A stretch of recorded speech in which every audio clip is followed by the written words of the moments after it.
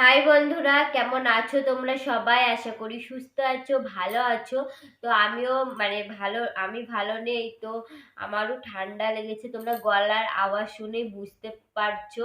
তো আমার বাবুটারও ঠান্ডা লেগেছে। তো গলার আওয়াজটা শুনে হয়তো তোমরা বুঝতে পারছো যে আমার শরীরটা ভালো নেই। তো তার জন্য দুদিন ধরে কোনো ভিডিও দিতে পারিনি। তো দুদিন পরে আজকে আসলাম তোমাদের সামনে একটা ভিডিও নিয়ে। তো বন্ধুরা, আজকেও তোমাদের সঙ্গে একটা প্রেগনেন্সি রিলেটেড নতুন ভিডিও শেয়ার করব।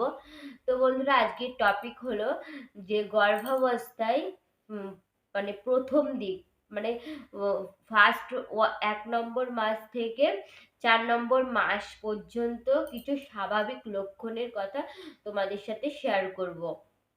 তো স্বাভাবিক লক্ষণ ফার্স্ট 1 মাস থেকে 4 মাস পর্যন্ত, আমাদের শরীরে প্রেগনেন্সি কনসিভ হওয়ার পরে অনেক রকম লক্ষণ দেখা দেয়। মাথা ঘোরা, বমি। তো কোনগুলো স্বাভাবিক লক্ষণের মধ্যে পড়ে সেগুলোই আমি তোমাদের সাথে শেয়ার করব। তো বন্ধুরা, চলো ভিডিওটা স্টার্ট করা যাক। তো চলো তোমরা ভিডিওটা স্কিপ না করে সম্পূর্ণ দেখার অনুরোধ রইল। তোমাদের হয়তো ভিডিওটা থেকে অনেকটা উপকার হতে পারে। তো চলো বন্ধুরা, আর বেশি কথা বলবো না, ভিডিওটা শুরু করা যাক।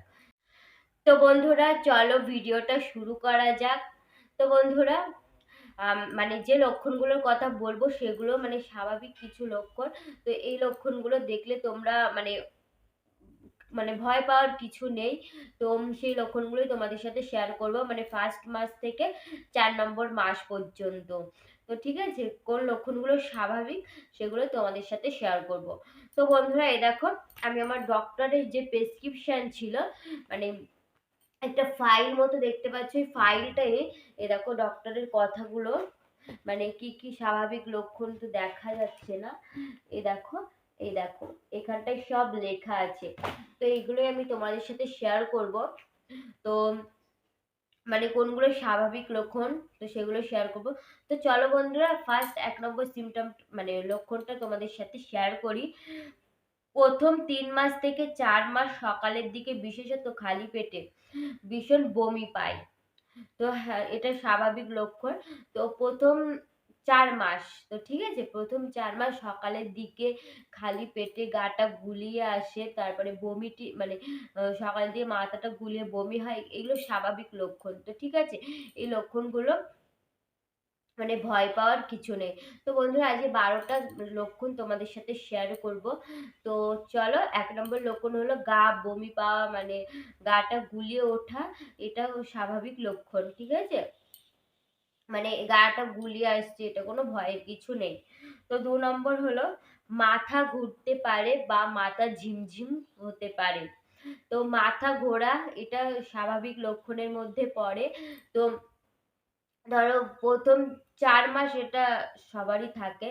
তো মাথাটা ঘুরছে, গাটা ঝিমঝিম করছে, তো ঠিক আছে, তো এটা স্বাভাবিক লক্ষণের মধ্যে পড়ে, এটা ভয়ের কিছু নেই। তো চলো বন্ধুরা, 3 নম্বর সিমটম শেয়ার করি তোমাদের সাথে। খাবারে অরুচি ভাব আসতে পারে। তো তোমরা যে খাবারটা খাও সেই খাবারটা খেতে হয়তো ভালো লাগছে না, খাবারে একটা অরুচি ভাব, কিচ্ছু খেতে ভালো লাগছে না, এরকম হতেই পারে। তো ঠিক আছে, তো খাবারে অরুচি ভাবটা হতে পারে, এটা স্বাভাবিক লক্ষণ, ভয়ের কিছু নেই। তো 4 নম্বর সিমটম, অনেকের গলা বা বুক জ্বালা করে। তো 4 নম্বর সিমটম হলো অনেকের গলা বা বুক জ্বালা, গ্যাসের প্রবলেম যেটা হয় প্রেগনেন্সির সময়ে, গ্যাসের প্রবলেম প্রচন্ড পরিমাণে হয়। তো গলা বা বুক জ্বালা করে, এটা সম্পূর্ণ স্বাভাবিক লক্ষণের মধ্যে পড়ে। তো ঠিক আছে, তো চলো এবার 5 নম্বর সিমটম হলো খাবারে হজমে অসুবিধা। তো খাবার হজম করতে অসুবিধা, এটা প্রেগনেন্সির টাইমে যেহেতু গ্যাসটা বেশি হয়, খাবার হজম করতে না পারার জন্য গ্যাসটা বেশি হয়, বমিটা আসে। তো এটা কোনো মানে অস্বাভাবিক লক্ষণ কিছু না, স্বাভাবিক লক্ষণই। তো ঠিক আছে, তো চলো এবার 6 নম্বর যে লক্ষণটা, তল পেটে হালকা ব্যথা হতে পারে, যেটা আমার ক্ষেত্রে হয়েছিল, তল পেটে হালকা ব্যথা। তো এটা কোনো অস্বাভাবিক লক্ষণের কিছু না, স্বাভাবিক লক্ষণই, এটা হলে কোনো ভয় পাওয়ার কিছু নেই। তো চলো বন্ধুরা, 7 নম্বর যে মানে সিমটমটার কথা বলবো সেটা হলো বক্ষদেশ ভীষণ ভারী ভারী লাগে।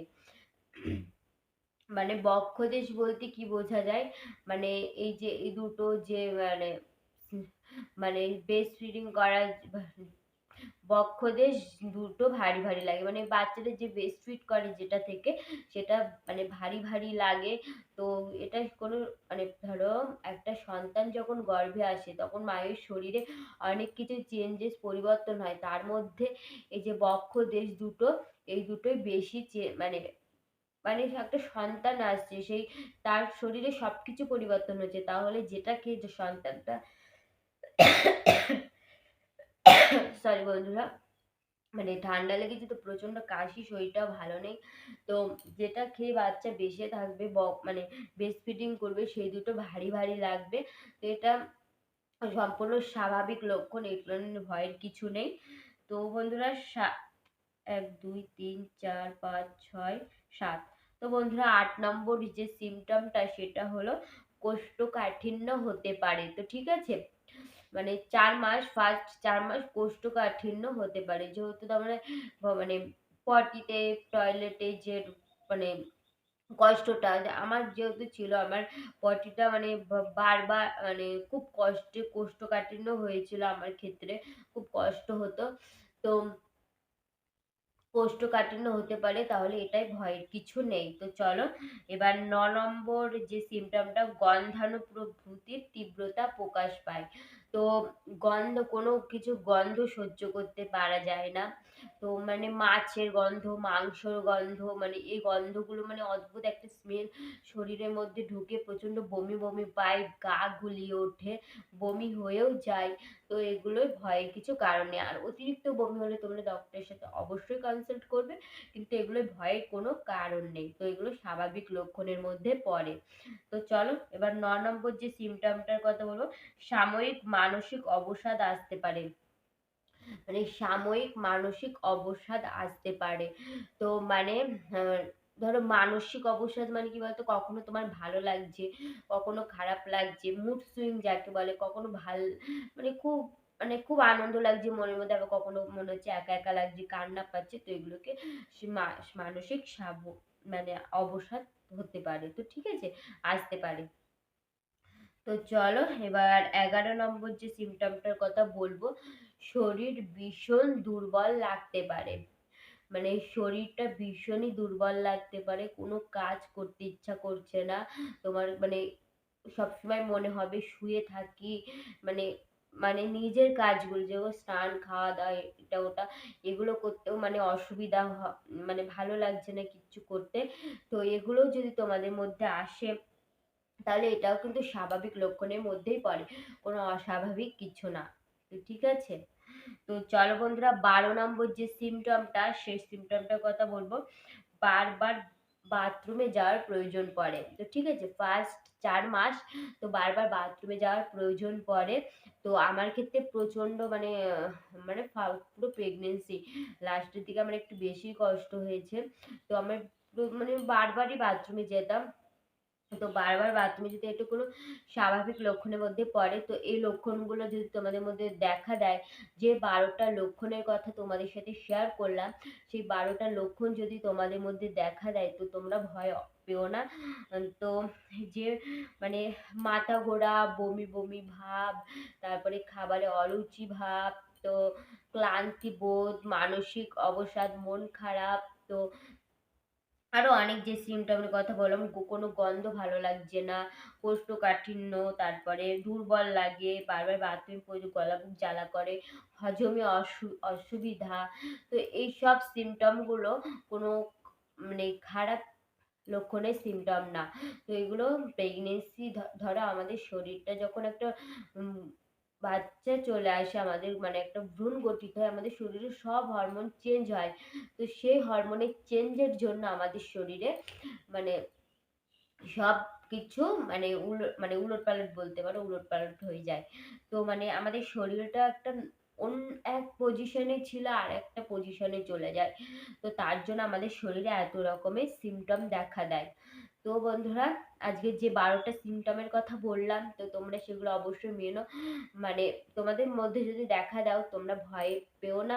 আর বেশি অসুবিধা হলে অবশ্যই ডক্টরের সাথে পরামর্শ করো। এগুলো মানে স্বাভাবিক লক্ষণই, অস্বাভাবিক কিছু না, ভয়েরও কিছু না। এগুলো সব মানে প্রেগন্যান্সি মায়েদের সবারই ক্ষেত্রে দেখা দেয়। তো ঠিক আছে?